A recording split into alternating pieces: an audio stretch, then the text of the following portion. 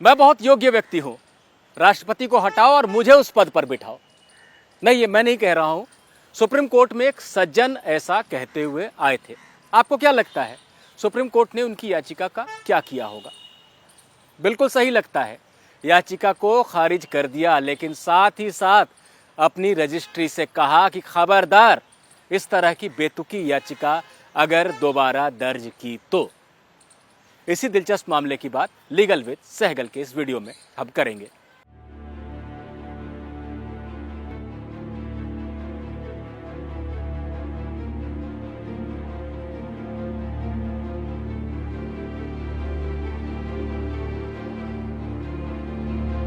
Supreme court में याचिका दाखिल की थी कर्नाटक के उत्तरी कन्नड़ जिले के कारवार तालुका के रहने वाले किशोर जगन्नाथ सावंत नाम के व्यक्ति ने।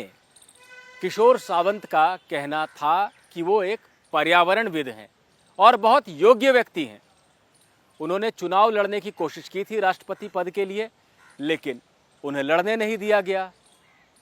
किशोर सावंत को ये लगता है कि वो बहुत योग्य व्यक्ति हैं और उन्हें ही इस पद पर होना चाहिए।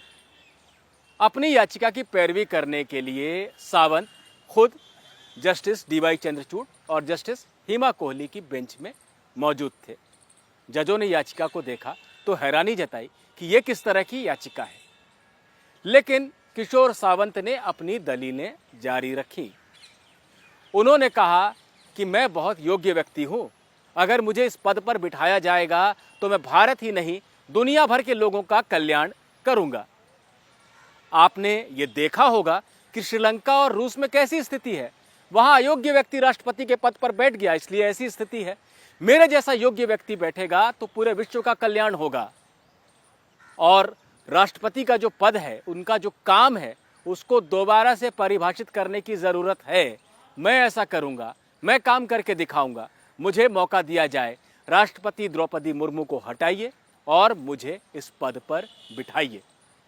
जजों ने याचिका को सुनते हुए बहुत हैरानी जताई और कहा यह किस तरह की याचिका है, कैसी अपमानजनक याचिका है ये, जहां पर कि एक बड़े पद के बारे में, एक गरिमापूर्ण पद के बारे में ऐसी अपमानजनक बातें कही जा रही है। उस पद पर बैठे हुए व्यक्ति के बारे में भी अपमानजनक बातें कही जा रही हैं, उन्हें अयोग्य बताया जा रहा है और एक व्यक्ति है वो कह रहा है कि मैं योग्य हूं। जजों ने याचिका को न सिर्फ खारिज किया, बल्कि ये कहा रजिस्ट्री से कि आप ये सुनिश्चित कीजिए कि ऐसी बेतुकी, अपमानजनक, आधारहीन याचिका दोबारा दर्ज ना हो। आर्टिकल 32 मतलब संविधान का वो अनुच्छेद जो किसी नागरिक को सीधे सुप्रीम कोर्ट का दरवाजा खटखटाने का अधिकार देता है, उसके तहत आप मौलिक अधिकारों की रक्षा के लिए सुप्रीम कोर्ट में आ सकते हैं।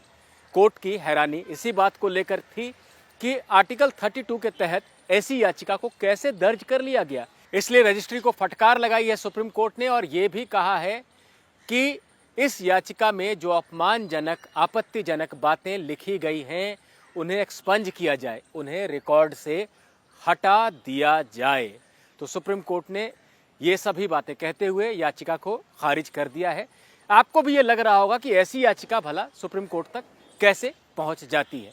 बिल्कुल, ये हैरानी की बात है, क्योंकि सुप्रीम कोर्ट में जब आप याचिका दाखिल करते हैं तो वो यूं ही जजों के सामने नहीं पहुंच जाती है। एक फिल्टर का प्रोसेस होता है, रजिस्ट्री के तमाम अधिकारी होते हैं जो याचिका को देखते हैं, उनमें त्रुटियों को देखते हैं और याचिकाकर्ता को बता देते हैं कि आपकी याचिका नहीं लग सकती इस वजह से। लेकिन गाहे बगाहे, क्योंकि मैं बरसों से सुप्रीम कोर्ट कर रहा हूँ, तो साल में एक दो बार ऐसी हैरान करने वाली याचिकाओं को देखने का मौका मिल ही जाता है, जहां पर कि ये समझ पाना मुश्किल होता है कि ऐसी याचिका जजों तक पहुंची तो कैसी पहुंची। बहरहाल ये याचिका सुप्रीम कोर्ट तक पहुंची, जिसमें एक याचिकाकर्ता कह रहा था कि राष्ट्रपति को हटाकर मुझे इस पद पर बिठाओ। सुप्रीम कोर्ट ने इसे सुना, खारिज किया, रजिस्ट्री को चेतावनी दी कि भविष्य में ऐसी याचिकाओं को वो दर्ज न करे।